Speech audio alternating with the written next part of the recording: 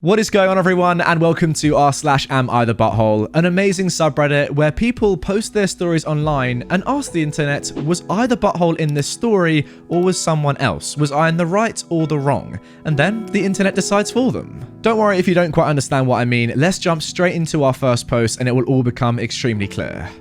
Am I the butthole for exposing my cousin's boyfriend as a fake Navy SEAL? I served in SWCC, Special Warfare Combatant Craft Crewmen. We operate small patrol boats and we work with SEALs, usually the people getting the SEALs in and out of places. Now, our training is quite similar to theirs, and when I heard that my cousin was getting married to a SEAL, and when I heard about him, I knew he was a phony. The stories that were relayed back to me and the rubbish I've seen from his post were just BS. I also heard that my nephew did more pull-ups than him. 5. So I know that is horse rubbish. There's no Navy SEAL who can only do 5 pull-ups. The bare minimum is like 10 or 15 to even get into basic training. I never got to meet this guy, and I think he actually was avoiding me, because whenever I showed up, he always left. I told everyone in the family my concerns. Most just ignored me, saying I misinterpreted what happened. I'm not a SEAL, so I wouldn't know, but these ignoramuses were just so stubborn.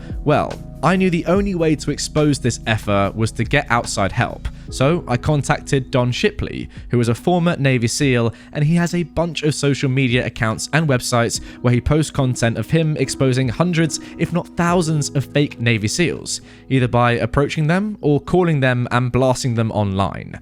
Anyone who suspects someone of being a fake SEAL can submit their info to Don Shipley. He will contact you back with proof of them being or not being a SEAL, as he has access to a database of every Navy SEAL himself. Shipley not only sends proof of him not being a SEAL to me, he also calls my cousin and he asks my cousin about his service. He calls him out on everything about how none of his service makes sense. The main one being he said he was in SEAL Class 111, which would have been like 40 years ago or something.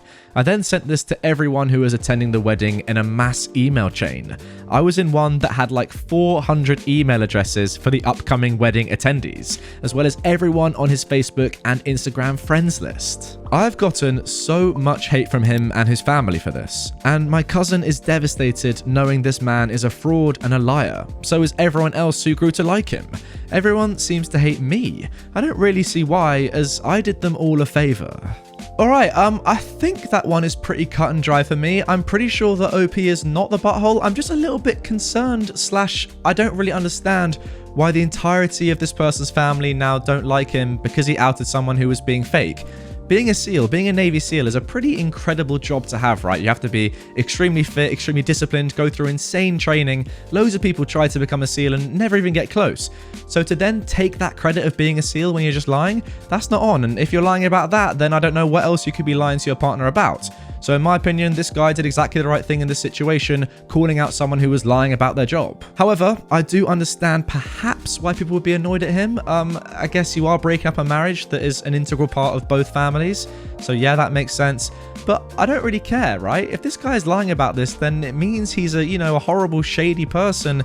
I don't think your cousin wants to be with him. I really don't. I mean, I could be wrong here, but I think you are saving your cousin from a very, well, let's be honest, not really truthful man.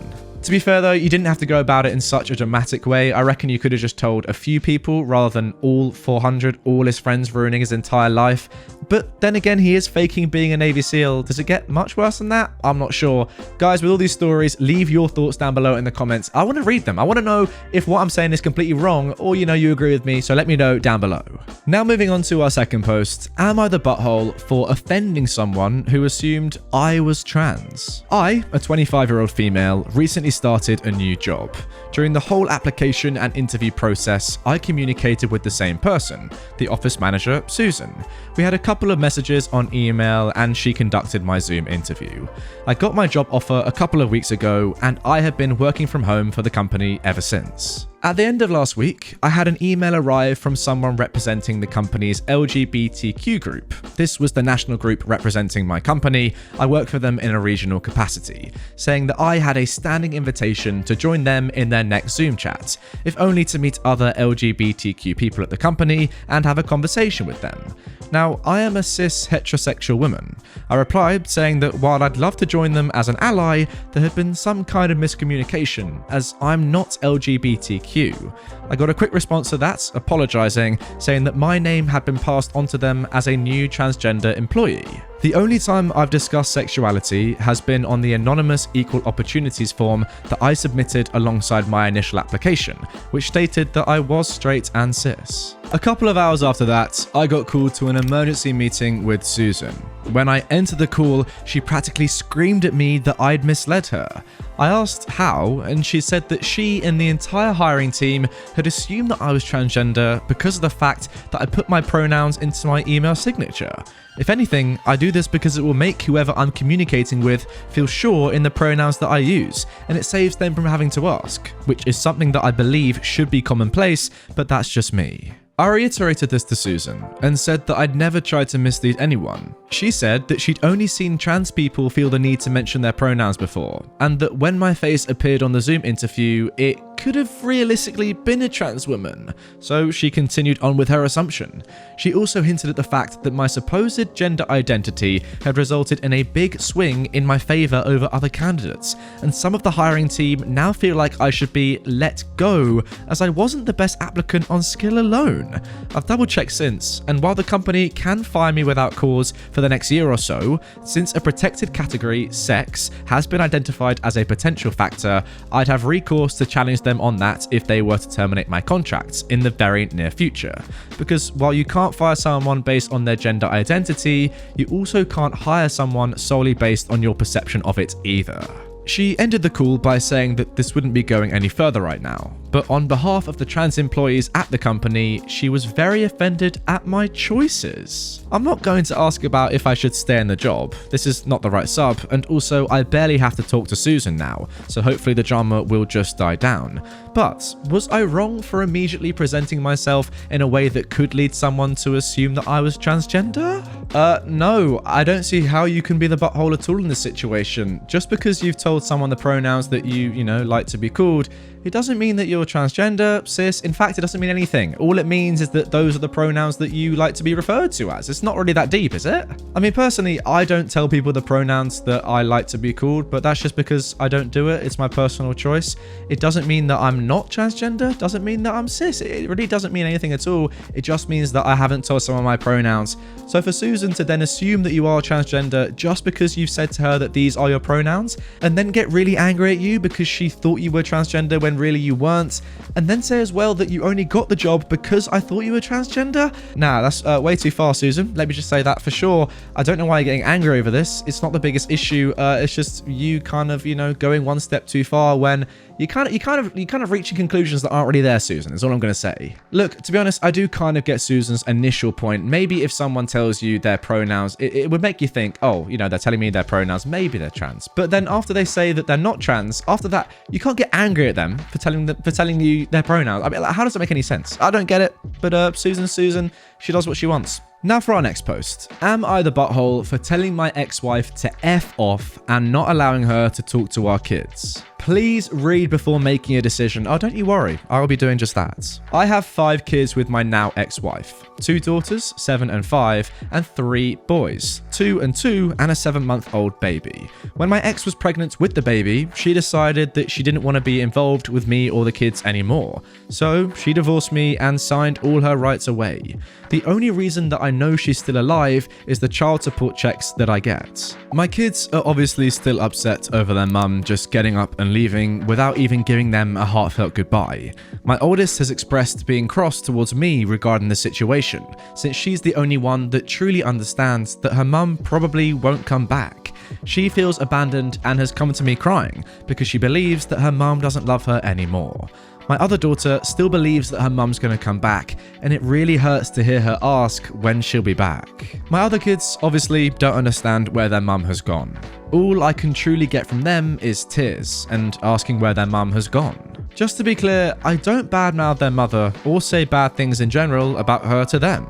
Now, yesterday, my ex called. I only picked up because I didn't recognize the number. She said hello and asked if she could speak to the kids. I said no, mostly because I didn't know how they would react. She said that she missed them terribly and because of COVID couldn't see them, and she really wanted to just hear their voices. I said that I wasn't comfortable with that. I told her that I would talk to my oldest two later on and ask if they wanted to speak to her, but for now I wouldn't allow it. She said that she was still their mum and that she had the right to speak to them. I said that she lost any right to that when she signed those rights away. At this point, my wife raised her voice and said that I was keeping her away from the people she loved most. I said that I didn't care about her feelings, that she abandoned the kids, and to F off like she did months ago before hanging up. My kids weren't in earshot, just to be clear. I'm not proud of losing my temper because I'm honestly not that kind of guy, but I was at my wit's end and I couldn't take it anymore. I still have my mother-in-law as one of my contacts because I don't have anybody else to care for the kids if something happens to me. All night she's been blowing up my phone, saying that my ex-wife is still the mother and has a right to talk to her kids. I don't know, I'm tired. Honest opinions? My honest opinion, OP, is that everything you said I completely agree with, to be honest. Like, it was her decision to walk out. She probably at the time signed up to some papers that said she's not allowed to, be in contact with her kids or something. I don't really know. Or maybe it's because of COVID that they're not allowed to, see each other. Maybe that's actually the case. And if so, then maybe it is a little bit harsher because, if you do divorce someone, then you can still see your kids, can't you? But maybe with COVID regulations, that might be why. That has actually changed my mind, to be honest. I reckon you should let her speak to them. Yes, it was her choice to go, but did she sign away the rights to speak to her children? That's what's important. I mean, realistically, whatever is in that divorce contract is what really matters here. My opinion is not that important. So without knowing what's in that contract, I can't really say if you're the butthole or not in the situation, because what if you're saying something that goes against the contract, then you're being the butthole. But if you're saying something that is within the contract, then yeah, it seems fair to me. I don't really know, guys. Comment down below. What do you think? Help me out here. I need some help. Now for our final post. Am I the butthole for telling my parents I have no positive memories with them? Yesterday, my friend came over. Now, we have been friends for 5 years and we were talking about some fun things we did in school. Our school is on a huge piece of land and we found some planks and built a huge fort with a lot of our friends. And it was our secret paradise where we would sleep during breaks or just chat a lot. We talked for hours about memories. It was just like, you remember when? It was a nice trip down memory lane, pretty much. My parents were pretty happy and they wanted to do the same thing, but I honestly couldn't think of one positive memory I had with them. I used to run and hide because I was so scared of my dad. I also remembered going through homework with my mum and it being a huge blow to my self-esteem as she would call me stupid and worthless. I remembered trying to unplug my dad's Mac charger and getting electrocuted, but the charger got spoilt and I was punished for spoiling the charger since it was expensive. I told them I cannot remember a positive memory and maybe they can help me remember? They talked about teaching me how to write, but that was a negative memory to me since I was basically being threatened throughout that process. They mentioned playing pranks, like pretending they were angry at me, but that was negative to me because I was just scared. Sorry, playing pranks like pretending you're angry at your child. Are you mentally, what is wrong with you? They called me unappreciative and said that they were sorry they could not make me happy, condescendingly. Now, I am wondering if I was the butthole. I am not saying I needed expensive vacations to have positive memories or anything like that. I had positive memories in science class, and I have positive memories of my older sister carrying me on her shoulders when I was little. But all I remember is being scared of what my parents would do to me, to the point I even flinch when someone gives me a high five now. I remember my friends asking me why I am scared of a high five when I flinch when they're going to high five me. Right then, you know what? I think we've got a full house here of not the buttholes from each of these 4 stories. Look, if you've not got any positive memories with your parents, then you've not got any positive memories with your parents. I'm sorry. I mean, that's a horrible thing. I can't imagine if I had no positive memories of my childhood with my parents. But don't lie about it, If you have no positive memories and you can't even think of any, then yeah, that's the truth. You don't need to hide away from it. You don't have to try and, be sad because maybe it's your fault you have no positive memories. No, it's not your fault. And from some of the stuff, by the way, that you've said in this post, your parents pranking you by pretending to be angry.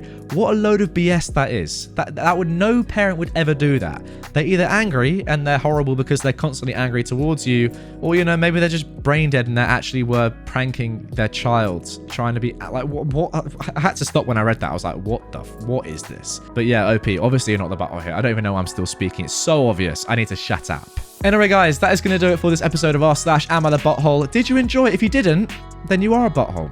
So yeah, deal with that. I've just called you a butthole. Unless you can redeem yourself by clicking some more videos right here. Watch them all, because they're all fantastic. If you are new around here, subscribe to my channel. We're trying to get 600,000 subscribers by the end of the year, and I'm going to be uploading daily throughout December. Well, sorry, daily, double daily throughout December. So yeah, stick around and you might enjoy what you subscribe to.